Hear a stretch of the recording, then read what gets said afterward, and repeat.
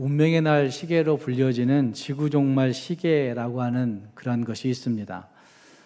오전 0시를 핵에 의한 인류 파멸의 날로 보고 이 날에 어느 정도 가까워졌는지를 세상의 흐름, 세계의 흐름을 보면서 그 과학자들이 이야기하는 시계가 지구종말 시계라고 알려져 있습니다. 물론 이것은 핵에 의한 인류 파멸의 날을 점쳐보고 있는 것이지만 사실은 이것을 통해서 국제 관계의 긴장이나 아니면 지구 온난화의 모습들이나 또 세계 전역에서 국지적으로 일어나고 있는 전쟁의 상황들이 우리 지구 앞에, 우리 세계 앞에 어떤 위협을 가해오는지 하는 것들을 예측해 볼 수 있는 좋은 지침이 되기도 합니다. 이 시계는 1947년 시카고 대학에서 발행하는 볼리틴이라고 하는 표지에 실린 것이 시초로서 그 후에 한 26번 정도의 조정이 있었고 지금 올해 1월 달에 90초 전후로 선언하여서 이제는 아주 긴박하게 이르게 되었다라고 그렇게 이야기하는 사람들이 많이 있습니다. 이것은 세계가 직면한 외적인 현실을 잘 보여주고 있는 평가라고 할 수가 있을 것입니다. 뿐만 아니라 개인적인 그 삶의 두려움과 삶의 질이 파괴되어 가고 있는 그 어떤 문명의 모습들, 또 과학과 의술의 발전이 해결해 주지 못하는 그런 일들, 이런 모든 것들을 종합적으로 평가해 볼 수 있는 좋은 지침이 될 것입니다. 이와 같은 때에 우리는 정말 하나님 앞에서 진짜 회복이 어떻게 일어날 수 있는가, 무엇으로 회복할 수 있을까 하는 고민들을 해봐야 한다고 저는 생각합니다. 진정한 회복이 어디에서 가능한 것인지 하는 생각들을 해볼 수 있어야 된다는 말입니다. 느헤미야서는 근본적으로 고대 도성을 둘러싸고 있는 성벽 재건의 이야기를 담고 있습니다. 3절 말씀에 근거하면 그들의 형편이 완전히 폐허가 되어 있는 상황인 것을 우리에게 알려주고 있습니다. 이런 현실 속에서 회복을 꿈꾸며 기도하고 있는 하나님의 사람이 있습니다. 민족의 회복을 위해서 헌신하고 있는 그 한 사람이 거기에 보이고 있다는 말입니다. 오늘은 그의 모습을 살펴보시면서 우리 각 개인과 가정과 또 교회와 민족의 회복을 위해서 과연 나는 무엇을 해야 할 것인지, 무엇을 가지고 진짜 회복을 꿈꿔야 될 것인지 한번 생각해 보시면서 결단할 수 있는 시간이 될 수 있기를 바랍니다. 함께 그 말씀은 이스라엘 백성들이 바벨론 포로 생활에서 해방되어 고향으로 돌아왔을 때에 일어났던 일들을 배경으로 하고 있습니다. 오랜 포로 생활 후에 주어진 익숙하지 못한 그 자유 때문에 이스라엘 공동체는 분열과 또 다툼이 일어났던 그런 어려움이 그들 안에 있었다고 합니다. 더불어 외부로는 이방인들의 공격이 굉장히 심해지면서 방어할 만한 능력도 없이 성은 무너지고 백성들은 사로잡혀가는 그런 상황들이 그들에게 있었던 것입니다. 아마도 이스라엘 백성들이 심한 패배감과 자괴감 속에서 헤어나오지 못하고 있는 그런 상황들이 거기에 있었다고 할 수 있다는 말입니다. 3절 말씀 우리가 읽었던 말씀에 그들이 내게 이르되 사로잡힘을 면하고 남아있는 자들이 그 지방 거기에서 큰 환난을 당하고 능욕을 받으며 예루살렘 성은 허물어지고 성문은 불탔다라고 말하고 있는 것을 볼 수 있습니다. 이것은 예루살렘의 형편이 다 사로잡혀 가고 겨우 잡히지 않은 사람들은 그곳에서 큰 환난을 당하고 능욕받고 허물어지고 불타버린 그러한 형편이었다는 사실들을 진술하고 있는 내용이라 할 수가 있습니다.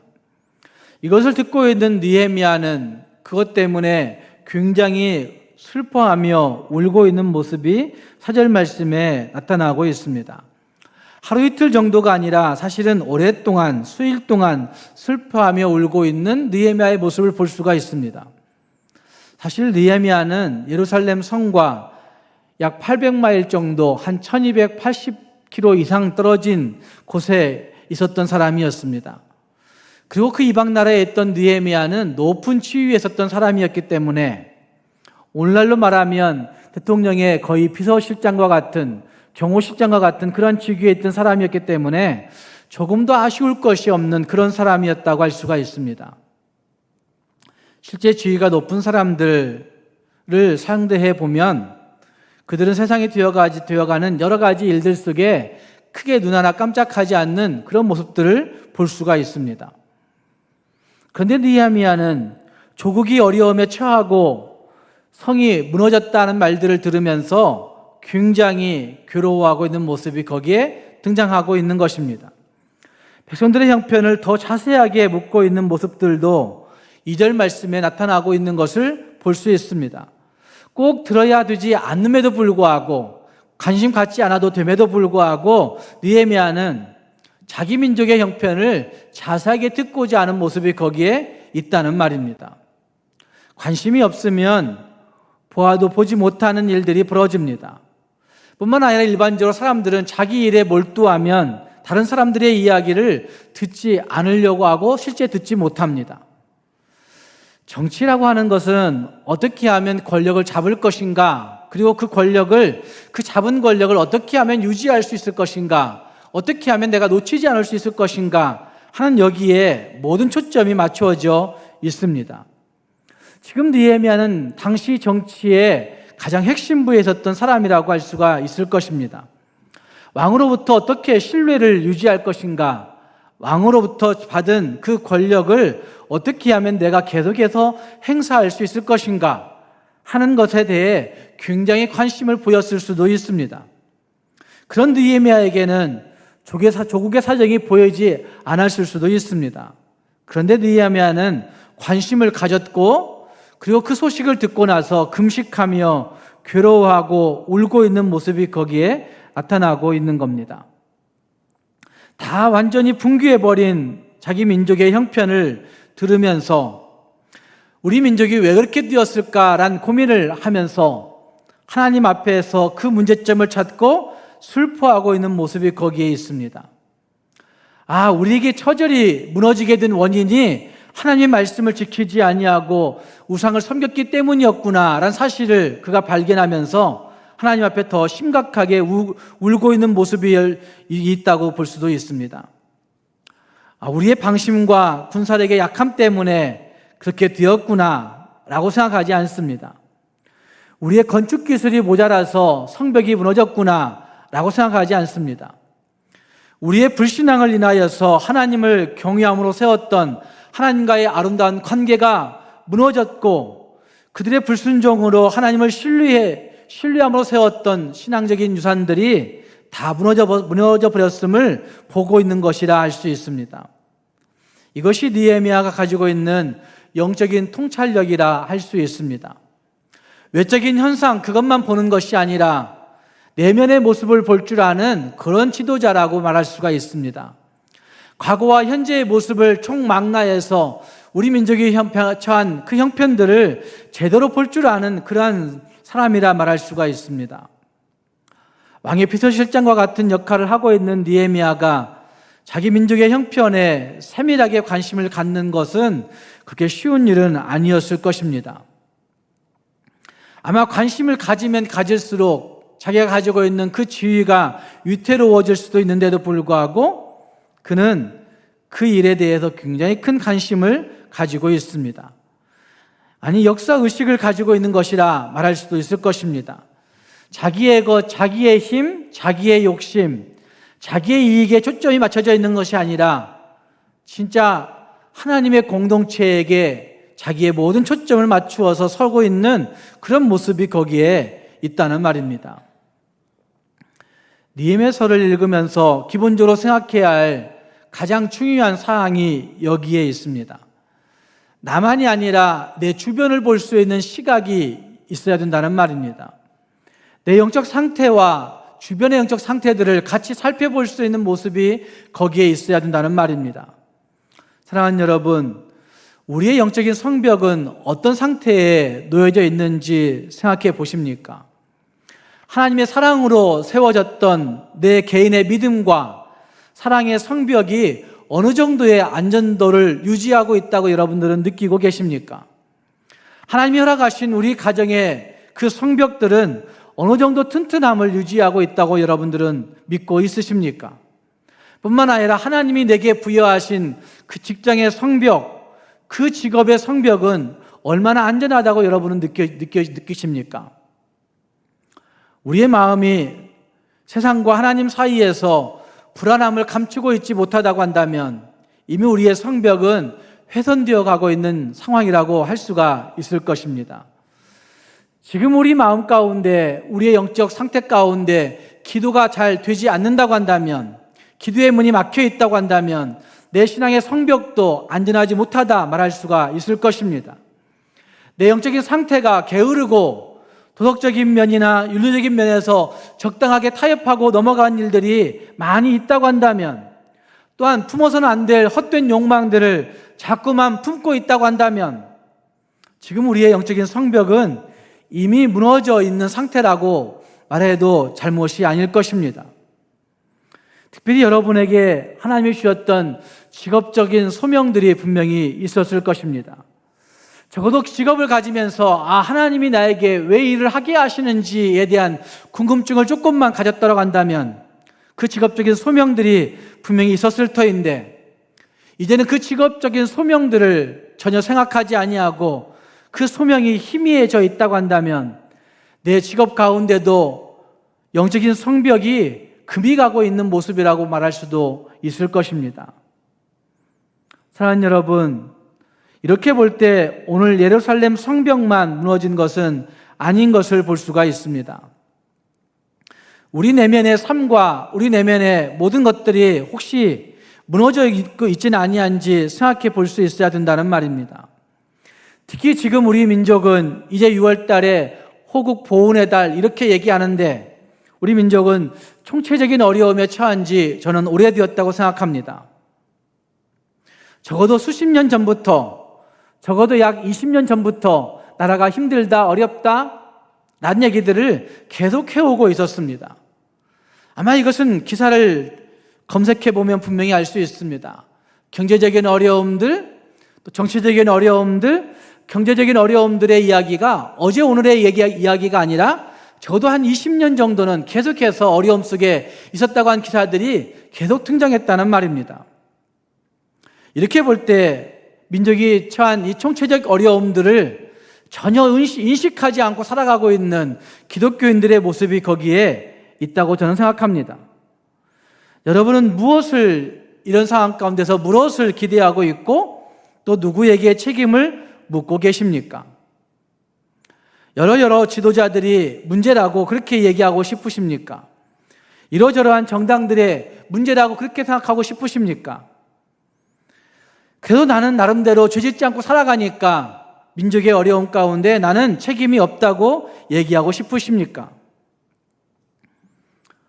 그러나 어쩌면 느헤미야가 보고 있던 그 모습에 비추어 볼 때 민족의 어려움들은 각 개인이 가진 신앙의 문제와 직결된다고 한 사실들을 생각할 때 오늘 우리 모두가 하나님 앞에 다시 관심을 가지고 기도해야 하는 그런 모습이 있다고 거기에 말할 수가 있습니다. 내 개인의 영적 형편에 대해서, 또한 교회와 민족의 역사적 흐름에 대해서 관심을 가지고 함께 부둥켜 안을 수 있는 그런 모습이 거기에 있어야 된다는 말입니다. 나와는 또 다른 삶을 살고 있는 사람들, 주님을 알지 못하는 사람들의 그 모습들 때문에 안타까움과 가슴 찢어지는 이야기에 대해서 귀를 열고 기울일 줄 알아야 되는 것이고, 그 역사의식 때문에 아픔을 함께 아파할 줄 알고 함께 기도할 줄 알고 함께 새로운 행동 가운데 설 수 있는 모습들이 우리에 있어야 된다는 말입니다. 사랑하는 성도 여러분, 우리는 얼마나 내 마음의 아픔과 내 가정의 아픔들을 가지고 있는 만큼 역사적인 현실들을 듣고 아파하는 마음들이 우리에게 있습니까? 역사의 현실을 들을 수 있는 귀가 나에게는 얼마나 열려 있는지 한번 생각해 볼 수 있기를 바랍니다. 도대체 우리 시대가 왜 이렇게 흘러가고 있는지, 어디로 가고 있는지, 어떤 일이 일어나고 있는지, 그곳에 나는 왜 여기에 하나님이 있게 하시는지에 대한 이 물음들을 우리가 할 수 있어야 된다는 말입니다. 흔히 그리스도인들은 현실에 눈 감고 하늘의 소망만 가지고 살아가야 되는 사람들인 것처럼 이제까지 교회가 이야기해 왔습니다. 그러나 진정한 그리스도인들은 하늘의 소망을 가지고 있지만 하나님이 기뻐하시는 삶을 우리의 공동체 내에서 살아내야만 하는 것이 진짜 기독교인들의 모습이라고 할 수가 있습니다. 사랑하는 여러분, 우리 개인의 형편만 살펴보지 말고 우리가 개인과 가정의 모습들 그리고 교회와 민족의 모습들을 같이 생각해 보시면서 그 공동체의 역사와 현실 앞에 책임 있는 그런 모습들로 함께 설 수 있는 우리 모두가 될 수 있기를 주님의 이름으로 축복합니다. 이러한 무너짐의 형편을 듣고 느헤미야는 오늘 함께 읽은 말씀 4절 이하의 말씀에서 기도하고 있는 모습이 거기에 등장하고 있습니다. 4절은 분명하게 말씀합니다. 하나님 앞에 금식하며 기도하여 라고 말씀하고 있고 그가 기도한 내용들을 5절 이하에서 말씀하고 있습니다. 그 내용들을 요약해보면 그는 하나님 앞에 죄를 자복하는 회개의 기도를 올렸고 그리고 하나님의 약속을 기억하면서 붙들고 있는 기도를 하고 있음이 틀림이 없습니다. 그는 5절 말씀에서 하나님에 대해서 이렇게 이야기합니다. 하늘의 하나님이라고 고백하고 있습니다. 하늘의 하나님 여호와 크고 두려우신 하나님이여 라고 그렇게 고백하고 있다는 말입니다. 하늘의 하나님이라고 하는 고백은 물질적이고 인간적인 그런 신과는 구별되는 절대적인 하나님을 의미할 때 하늘의 하나님이라는 고백을 해왔다고 얘기합니다. 세상을 통치하시고 세상을 주관하시고 세상의 모든 인간의 세상사를 섭리 가운데 행하시는 하나님이라는 고백을 거기에 담고 있다는 말입니다. 우리에게도 이런 고백들이 있는지 생각해 보아야 됩니다. 하나님을 어떤 하나님으로 믿고 있는가? 진짜 하나님이 하늘의 하나님, 절대적으로 이 세상 모든 것들을 통치하시고 주관하시는, 섭리하시는 그 하나님이란 사실을 우리가 분명히 믿고 신뢰하며 고백하고 있는지 우리는 하나님에 대한 믿음을 다시 살펴볼 수 있어야 된다는 말입니다. 뿐만 아니라 그는 이렇게 고백합니다. 주를 사랑하고 주의 계명을 지키는 자에게 언약을 지키시며 라고 그렇게 고백하고 있는 말씀이 거기에 등장하고 있습니다. 주를 사랑하고 주의 계명을 지키는 자에게 언약을 지키시며 라고 고백하는 이 고백은 우리 패배함의 원인, 우리 피폐함의 원인, 우리의 무너짐의 원인은 우리 민족 공동체가 당하는 어려움은 하나님과 약속을 지키지 않아서 겪는 것임을 고백하는 것이라 말할 수가 있습니다. 언약을 지키시는 분이셨는데 하나님 우리가 언약 지키지 않음으로 말미암아 이렇게 되었습니다 라고 고백하는 언약을 지키지 않음에 대한 고백이라 할 수 있다는 말입니다. 동시에 다시 생각해 보시면 하나님과의 약속을 지키면 아니 하나님과의 그 약속을 다시 회복하면 하나님이 그 원래의 모습을 회복시켜 주실 것에 대한 기대와 믿음을 가지고 간구하고 있는 모습이라고도 할 수가 있는 것입니다. 이 고백은 하나님이 절대 주권을 가지신 분이심과 동시에 나 같은 죄인에게도 약속하시고 그 약속을 지키신 하나님이신 것을 분명하게 믿고 있는 그 고백, 그리고 하나님 앞에 우리가 그 약속을 저버리고 우리 마음대로 살았음을 진술하고 있는 고백이라 할 수가 있습니다. 주를 사랑하고 주의 계명을 그 지키는 자에게 언약을 지키시는 하나님, 그리고 그는 그 앞에 이렇게 고백하고 있는 모습이 거기에 등장하고 있습니다. 주를 향하여 죄를 범하였나이다 라고 그렇게 고백하고 있는 모습이 거기에 등장합니다. 주께 범죄한 자들을 죄들을 자복하오니 라고 하는 고백을 하고 있다는 말입니다. 하나님은 우리에게 약속하십니다. 분명히 하나님은 우리에게 약속을 맺으시고 그 약속을 지키시는 분이시라는 말입니다. 이사야서 57장 18절 말씀과 19절 말씀을 살펴보면 내가 그의 길을 보았은즉 그를 고쳐줄 것이라 그를 인도하며 그와 그를 슬퍼한 자에게 위로를 다시 얻게 하리라. 입술의 열매를 창조하는 자 여호와가 말하노라. 먼 데 있는 자에게든지 가까운 데 있는 자에게든지 평강이 있을지어다, 평강이 있을지어다, 내가 그를 고칠지어다 라고 그렇게 말씀하시는 그 말씀도 약속이라 말씀할 수가 있습니다. 하나님은 너희가 상처를 받았다면 내가 고쳐주겠다, 내가 혼란을 겪고 있다고 한다면 내가 인도해 주겠다, 너희가 좌절하고 있다고 한다면 내가 도와주겠다, 너희가 외롭고 쓸쓸하다면 내가 위로해 주겠다, 너희가 불안하고 두렵다면 내가 평강을 주겠다 라고 약속하신 하나님이신 것을 우리는 볼 수가 있는 것입니다. 그 약속을 신뢰한 자들은 하나님이 더 자유롭고 평안하고 행복한 미래를 품을 수 있게 해주신다는 사실들을 믿음의 사람들을 통해서 우리는 얼마든지 볼 수가 있습니다. 그런데 문제는 우리가 행복을 갈구하지만 죄성을 가진 우리들이 하나님이 약속하신 그 길에 만족하지 않는다는 것입니다. 하나님이 약속하신 그 길로 흡족해 하지 아니하고 스스로 하나님이 되고 싶은 욕망들, 스스로 하나님인 척 굴게 만드는 일들이 우리에게 너무나 많이 있는 것입니다. 인간의 죄성 뒤에는 자기 마음대로 만사를 지배하고 싶은 그런 욕구들이 다 숨어져 있습니다. 이것은 창세기에서 맨 처음 창조된 인간에게서부터 시작되는 부분이라 할 수 있습니다. 내 마음대로 결정하고 내 마음대로 휘두르고 내 마음대로 무엇인가를 하고 싶어하는 모습들, 이걸 한마디로 이야기하면 다 하나님 되고 싶은 마음이 우리 안에 내재되어 있는 것입니다. 다 하나님 되고 싶은 마음이 내재되어 있다는 말입니다. 하나님께서 아담과 하와를 에덴 동산의 그 낙원에 살게 하셨습니다. 그런데 그들은 그 낙원을 지배하려고 하는 것입니다. 눈이 띄어 하나님과 같이 됨으로 말미암아 그 낙원을 보고 내가 지배하고 싶은 마음이 그들 안에 있게 되는 것이죠. 그래서 하나님이 금하신 것조차도 범하면서 눈이 밝아지면 내가 다 지배할 수 있을 텐데, 눈이 밝아지면 내가 하나님과 같이 될 수 있을 텐데 라는 생각을 가지고 있는 것입니다. 지금도 우리는 여전히 하나님이 되고 싶어 합니다.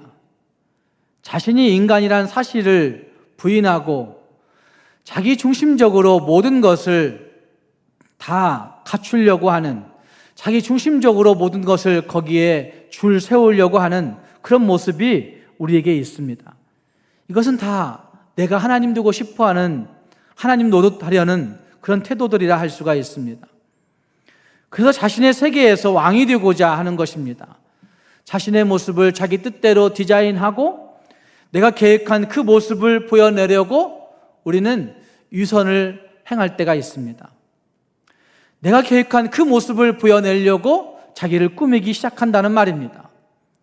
그래서 다른 사람이 나를 어떻게 보고 있는지에 대한 그 평가에 온 신경을 집중하여서 내 참 모습을 들킬까 봐 두려워하기도 하고 불안해합니다. 그래서 위선하는 거죠. 그래서 잘난 척하고 속이고 어떤 때는 비굴해하기도 하고 어떤 때는 자기가 겸손한 것처럼 꾸미기도 하고 사람들에게 한쪽만 보여주려고 철저하게 다른 쪽을 숨기는 그런 모습, 자신의 결점과 감정을 다 철저하게 숨기면서 부인하면서 살아가는 그런 모습이 거기에 있습니다. 자기에 대해서 이렇게 하는 것 정도가 아니라 어쩌면 부모는 자녀를 자기 뜻대로 각색하고 디자인하여서 자기 뜻대로 세우려고 애를 쓰는 모습들이 참 많이 있습니다. 또한 자녀는 부모를 자기 뜻대로 움직여 보려고 자녀들도 부모를 조종하려고 하는 그런 태도들을 취하여서 가끔은 거짓말도 하고 어떤 때는 아양도 떨기도 하고 어떤 때는 자녀들이 그렇게 하는 모든 것들을 잘 살펴보면 부모를 조정하려고 하는 태도들이 거기에 있는 것이죠. 뿐만 아니라 남편은 아내를, 아내는 남편을, 직장 동료들 서로를 자기 뜻대로, 자기의 계획대로, 자기의 모습대로, 자기 원하는 대로 조정하려고 하는 것입니다. 교회 안에서도 마찬가지 성도들을, 서로의 관계를 내 뜻대로 조정하려고 하는 태도들이 얼마든지 있는 것입니다. 그러기 위해서 수많은 조종 수단들을 개발해 왔던 것이 인간의 역사 속에 분명히 있습니다. 어떤 이들은 분노와 협박을 그 조종의 수단으로 사용하고 어떤 이들은 오랫동안 침묵하는 절대 말하지 않을 거야 이러면서 침묵을 그 조종의 수단으로 사용하기도 하고, 어떤 때는 죄책감과 수치심을 사용하기도 하고, 비교와 경쟁을, 또한 칭찬과 격려를 사용하여서 모두가 다 내 계획대로, 내 뜻대로 사람들을 조종하려고 하는 태도들을 가지고 살아왔다는 말입니다. 이 많은 것들은 결국 우리의 삶에서 하나님의 계획과 하나님의 약속을 중시하는 것이 아니라 내 뜻이 중시되고 내가 하나님 되려고 하는 그러한 태도들 가운데 서 있는 모습이라고 할 수가 있는 것입니다. 하나님인 척 하려고 하는 태도들이 거기에 있다는 말입니다. 그런데 문제는 이렇게 살아도 거기에 진짜 평안이 있으면 좋겠지만 거기에 진짜 평안이 없다는 것입니다.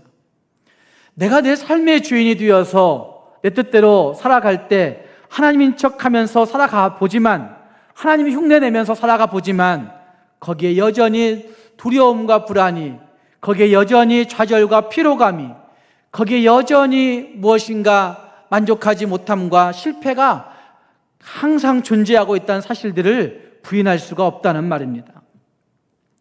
오늘의 말씀대로 한다고 한다면 그곳에는 환난과 능욕과 무너짐밖에 없다고 말씀하고 있는 것입니다.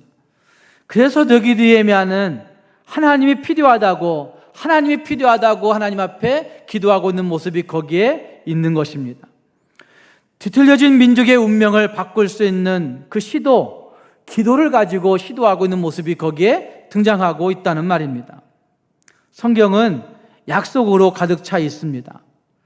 약속의 궁극적인 초점은 하나님이 선택하신 자들의 구원에 담겨져 있습니다. 그냥 내버려 두지 아니하시겠다는 약속이 거기에 담겨져 있고, 우리를 죄 가운데 두지 않으시고 하나님의 자녀 삼으실 뿐만 아니라 그들을 고아와 같이 과부와 같이 버려두지 아니하시겠다는 하나님의 약속이 성경 속에 계속해서 담겨져 있는 것입니다. 그래서 느헤미야는 하나님 앞에 이와 같이 기도하고 있는 것입니다. 하나님이 어떤 분이신지를 분명하게 고백하면서, 하나님, 주를 사랑하고 계명을 지키는 자들에게 언약을 신실하게 지키신 하나님 아니셨습니까? 라고 고백하면서 그 약속 붙잡고 하나님 앞에 기도하고 있는 모습이 거기에 등장하고 있다는 말입니다.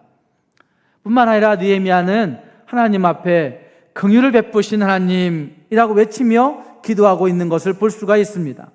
5절 말씀에 긍휼을 베푸시는 주여 간구하나이다, 긍휼을 베푸시는 주여 간구하나이다 라고 그렇게 말하고 있습니다. 긍휼이라고 하는 단어 참 오묘한 단어입니다. 히브리어로는 하나님의 자궁을 의미하는 단어가 긍휼이란 단어이고, 컴패션이란 단어를 번역해서 쓸 때에는 이건 하나님이 우리와 동일한 마음을 품은 것을 컴패션이라고 표현할 때가 있습니다.